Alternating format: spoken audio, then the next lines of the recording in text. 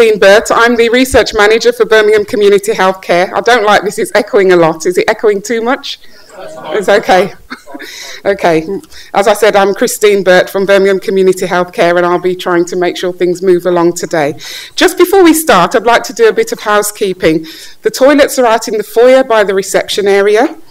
I'd like to identify the badges. I'm not sure if it's worked the way it should do, but it should be that you should all have a name badge, and if you are from an SME, you should have a lime green sticker. So if you haven't, perhaps you ought to change that at the coffee break. If you are NHS, you should have a yellow sticker.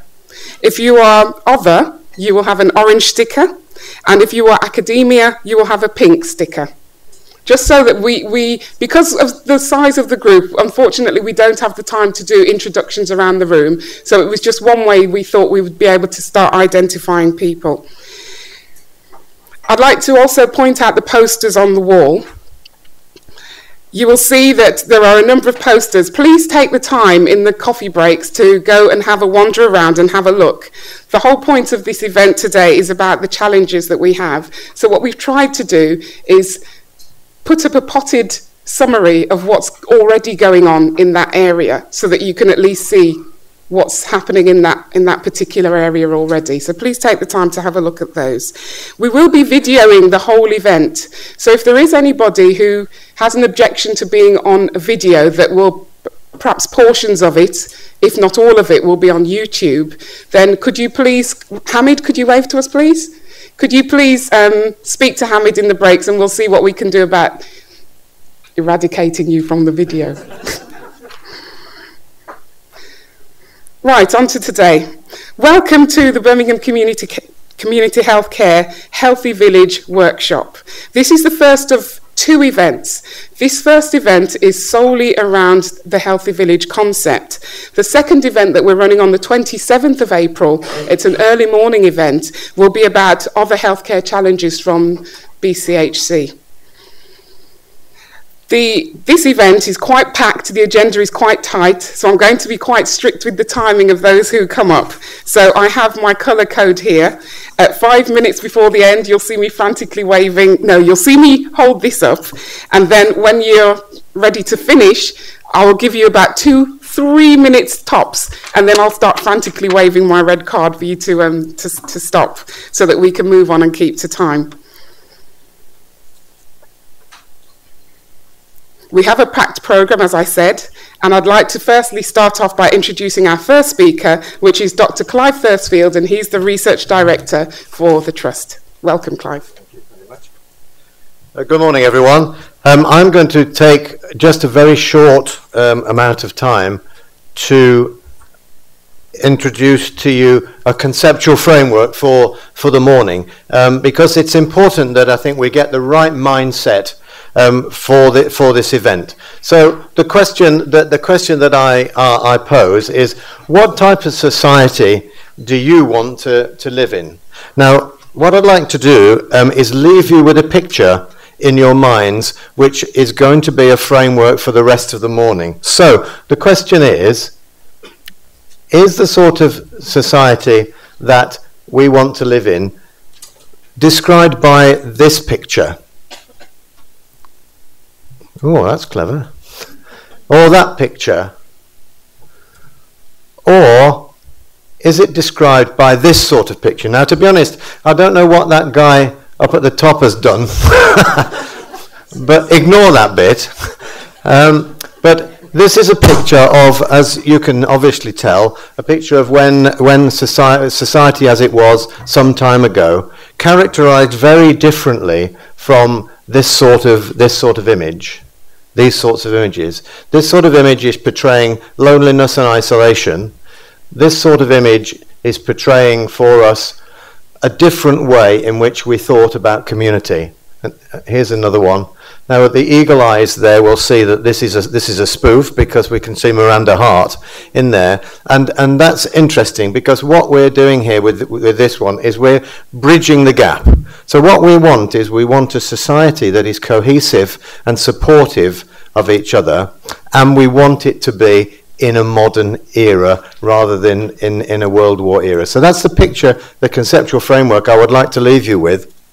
Healthy Villages is about this conceptual framework. It's about the way in which community works together, and it's about not being in this sort of place. And you will hear as we move on the detail of that. That's all I want to say. And so we're going to move immediately on to introduce Peter Axon, who is the Finance Director for our Trust, come to talk to us about what it says on there. Thank you, Peter. Good morning, everybody. Good to see you all. So away from the sort of conceptual stuff to the brass tacks, I suppose, as the Finance Director, you'd expect me to get into that. Just a couple of statistics before. I think I'm going to talk briefly and then I'm going to open it up to questions. I think that's only fair, given the fact that I'm only going to be here for about 10 minutes. So, and these are the statistics that I really don't want to hold in my head because they're really, really horrible. Okay, so, and I Googled this morning, so I'm technologically skilled, partially, but not well. So first of all, Q1 2015, the UK government debt, 1.56 trillion. 81.58% of GDP, and the servicing of that debt costs 43 billion quid a year. So that's a really, really big mortgage that, okay, it doesn't really matter in my view which party comes in the next couple of months. The reality is that number ain't going to go down anytime soon. It's massive. So yes, there will be a lot of party rhetoric flying around, but it is a huge challenge. It can't be underestimated. NHS budget, 115 billion. In part, I would say a contributor to that is the increase in the NHS budget, which went from, and I quote, 2003-04, it was at 64 billion, and as at now, it's circa 115 billion. So that's around a 5% increase each year during a time when austerity kicked in hugely and GDP was going in completely the opposite direction. So although the NHS is an absolutely fantastic and wonderful thing in my view, and you wouldn't be surprised at me standing here saying that, the truth is we are going to struggle as a country, as a group of people, to afford the NHS going forward at that kind of rate of increase. It's not complicated. So what does that, I suppose, at a micro level mean for us in BCHC? Well, over that similar period, it's slightly less than that, the last sort of 4 years or so, I think we've genuinely delivered savings of something in the region of 4.5% to 5% each year. And that's cash out. So that's not doing a load more work, getting a good amount of margin on that and offsetting the efficiency challenge. That's actual people and cash out, which equates to something like 30 or 40 million pounds that we've taken out of the business, which is absolutely fantastic. Yeah.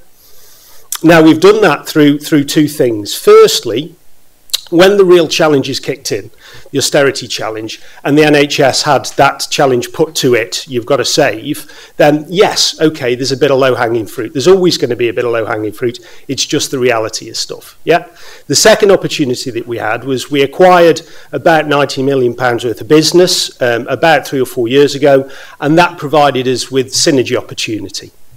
We're now in a place where all of that's gone. It's a very, very different challenge. And I think, to be honest, over the last few years, we've felt the pressure on that.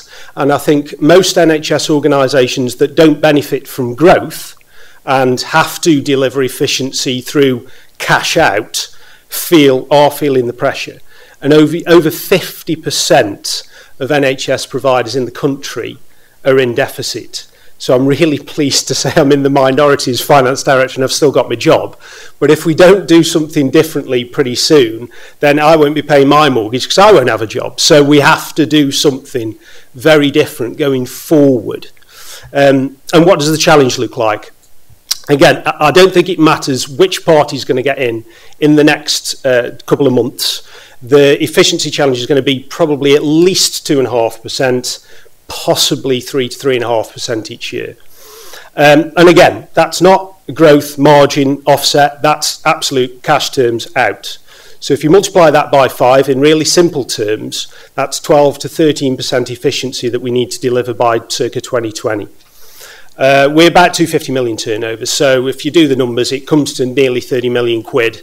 5,000 workforce, so it equates to circa, 600-700 posts out.